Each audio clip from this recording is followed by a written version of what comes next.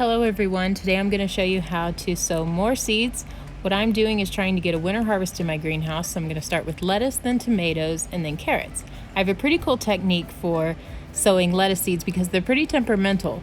What I do is I make a tiny hole and I put one seed in per hole. I've already pre-moistened the ground because lettuce seeds don't like to be soggy, they don't like to dry out, and they don't want to be covered up.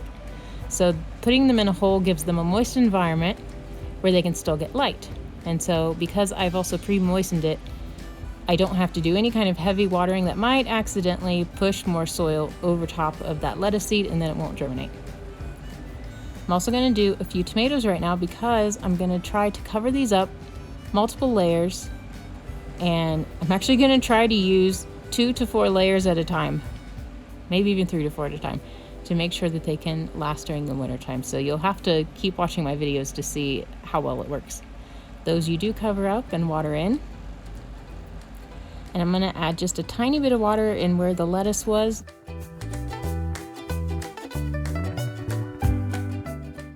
Now, in order to keep both the heat and the moisture in, I'm going to cover this with an agricultural cloth for about 2 or 3 days, and then the lettuce seed will sprout.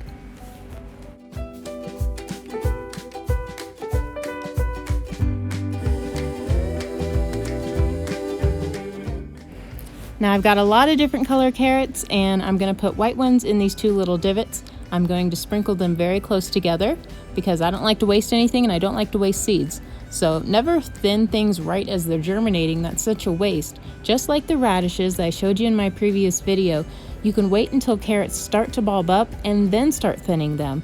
And as long as you're gentle about twisting them out, you won't disturb the ones next to them, and you can have a little snack as you're thinning them out and it won't be a waste.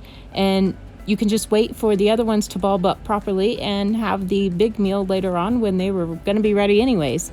The reason you use a little bit more than what you need is because there could also be slugs or grasshoppers that come along and thin it out for you, and then you'll still at least have the harvest that you needed to have.